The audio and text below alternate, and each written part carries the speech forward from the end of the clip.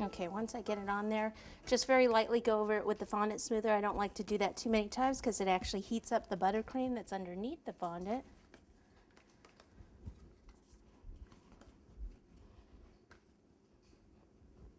And then I can cut off the excess. Now I want to make sure I don't cut too close. I need it to look like a package, and we're not going to have a border at the bottom, so make sure you leave enough fondant there that you can't see the cake board.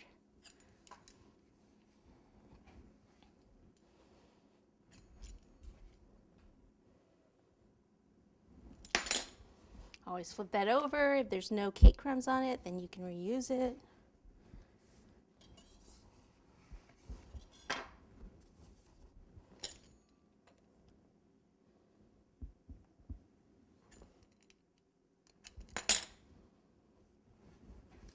All right, so I have over here a 16-inch square board that I've put some red ribbon around, or part of it, because I actually ran out, so I'll have to redo it later, but it'll be good for the photo.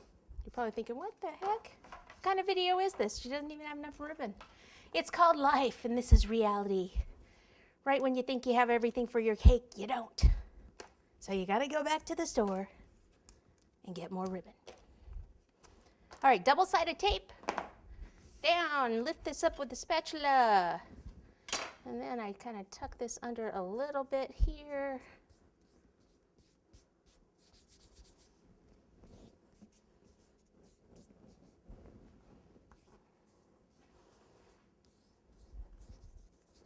Okay, and then I'm going to place it at an angle. So, right about here looks good. Not quite that angled. Okay, use the spatula, pop that down so you don't get that in the way. And then I can go ahead and tuck the fondant, the rest of it under, like right here.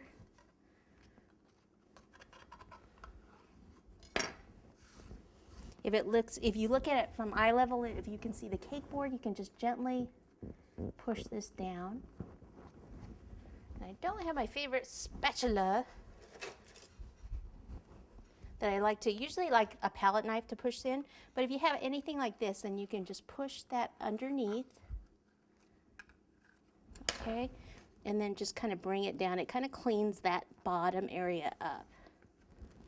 Okay, great. So this is the bottom package, okay? That's, like I said, it's a 10 by 10 square. The top package is going to be this, which is a 6 by 6 by about 3 inches high. Okay, this is about 2 inches high. And then this is going to have a lid that's separate, 6 by 6 by about 1 inch high. Now, this one I built just on a regular cardboard. These two I built on foam core, okay? The reason is foam core is stronger, and the way that these are going to be tilted and kind of hanging off a little bit, you want it to be stronger. So foam core underneath it, the same size as the cake, and then I cut and ice the cake the same size. So you can see the foam core there. Okay, the cakes are always chilled before I chill before I ice them, and also chilled before I put the fondant on. So I've already, these, like I said, I'm doing the same color. This lid needs to be the same color as this, then the middle cake will be a different color. So I'll go ahead and cover this one, and we'll be done with those, and then we can move on.